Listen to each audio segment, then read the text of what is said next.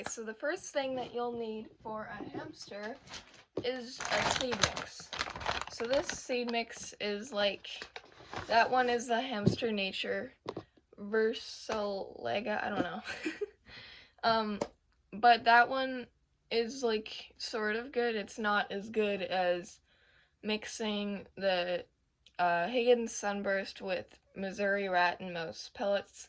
There's also a certain nutrition percentage thing. I'll just show it up just right now. As you can see there, the protein is 19% for the nutrition, fat 6.50%, fiber at 7.000. I don't know what that means, but yeah, that's the nutrition bar, like the perfect nutrition thing for hamsters. I got that off of Victoria Rachel's video when she was talking about hamster diets. If you want to go for more information about hamster diets, just go ahead and watch that video. Now the second, oh crap, okay, well, okay, the second product you're gonna need for your hamster is a water bottle. So this one is the Living World water bottle. I have it filled up because I just took it from his cage back there. That water bottle is great. You can also use a water dish, which is a cheaper and more natural option, which is just a little dish that you can fill up with water, and both of them work great. And you're also gonna need a cage for your hamster. So there's a certain bare minimum for hamsters in the United States and Canada. That bare minimum is currently 450 square inches, which is 30 by 15 inches. And the minimum means that you can't have anything, well, that you can, that's the lowest, so minimum means that it's the lowest that you can have. So you could have you could have the biggest cage possible, and it would still be, like, amazing, because, like, there's no really, like, maximum for the highest. Then you're gonna need a wheel. So this wheel is way too small for, like, any hamster. But, I just have this one for a spare, because a while ago my brother's friend broke, the wheel, so then his mom felt bad and went to get me another one, which was really sweet. But this one is not big enough for my hamster, so I don't use it. And yeah, so wheels. You cannot have a wire and mesh wheel because they are unsafe, and they can cause bumblefoot and cuts, and your hamster, it's just really unsafe. Like, sometimes they get stuck on the bar thing, and then it just goes round and round, and I've seen horrible videos like that. And then if you have a wheel that's too small for your hamster, like this is way too small for a Syrian hamster, which is the largest species, you need, about a 7 to 8 inch for a dwarf hamster, and for a Syrian hamster, an 8 to 12 inch would be perfect for them. The bigger, the better. Like, as long as your hamster can move the wheel, then it's a good size. So you can have a huge wheel, and as long as your hamster can move it, then it's a proper size. Then the next thing you're gonna need is bedding. So this is just an old bag, like, of bedding that I had, but this is, like, paper-based bedding. It's made from newspaper. Living World currently made it because it's better for the environment, and yeah. There's some unsafe bedding which you should watch out for and shouldn't use because it can cause a lot of things. So all the unsafe beddings are pine and cedar and scented bedding. Those are all unsafe, so don't use pine and cedar or scented bedding. There's lots of great options out there, like KT Clean and Cozy. You can use any paper-based bedding. You can use aspen shavings. Those are completely safe because they don't have the chemicals that pine and cedar have. And you can use hemp shavings too. So pine and cedar have a certain chemical which can cause upper respiratory infections, and it can lead to a lot of bad things, so it's best to avoid it unless you just are cool.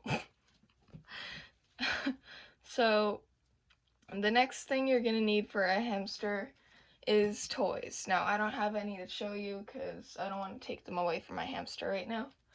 And also you need to get chew toys because hamsters their teeth are constantly growing. So it's always great to have a bunch of chew toys with you. So this one is just willow sticks.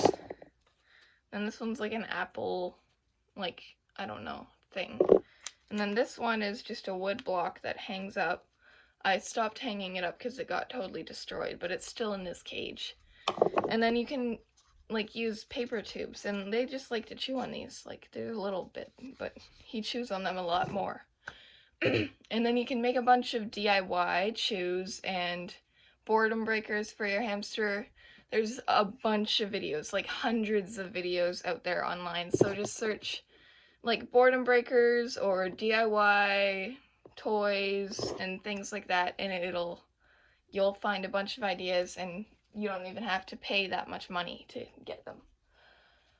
The other thing that you're gonna need is a food dish. Now this one has food in it right now because I just took it out of his cage.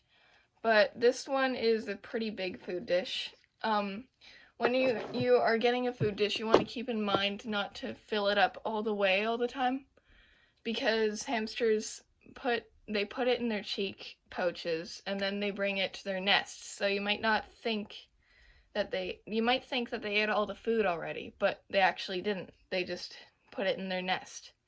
So you need to make sure all the food is gone and that your hamster has ate it up, or it can cause picky eating and obesity. So yeah. Then the next thing you're gonna need is a hideout. This is like a really, really crappy hideout I made. I tried to make a hideout and I didn't really know that hot glue was unsafe, so I can't really use this, and also he doesn't like it, so yeah. But there's a bunch of cool options out there. You can go really cheap and just get like a cardboard box with like a hole in it and like decorate it and stuff. Or you can just go online and like buy a bunch of things. And yeah, they're all pretty cool. So go check them out.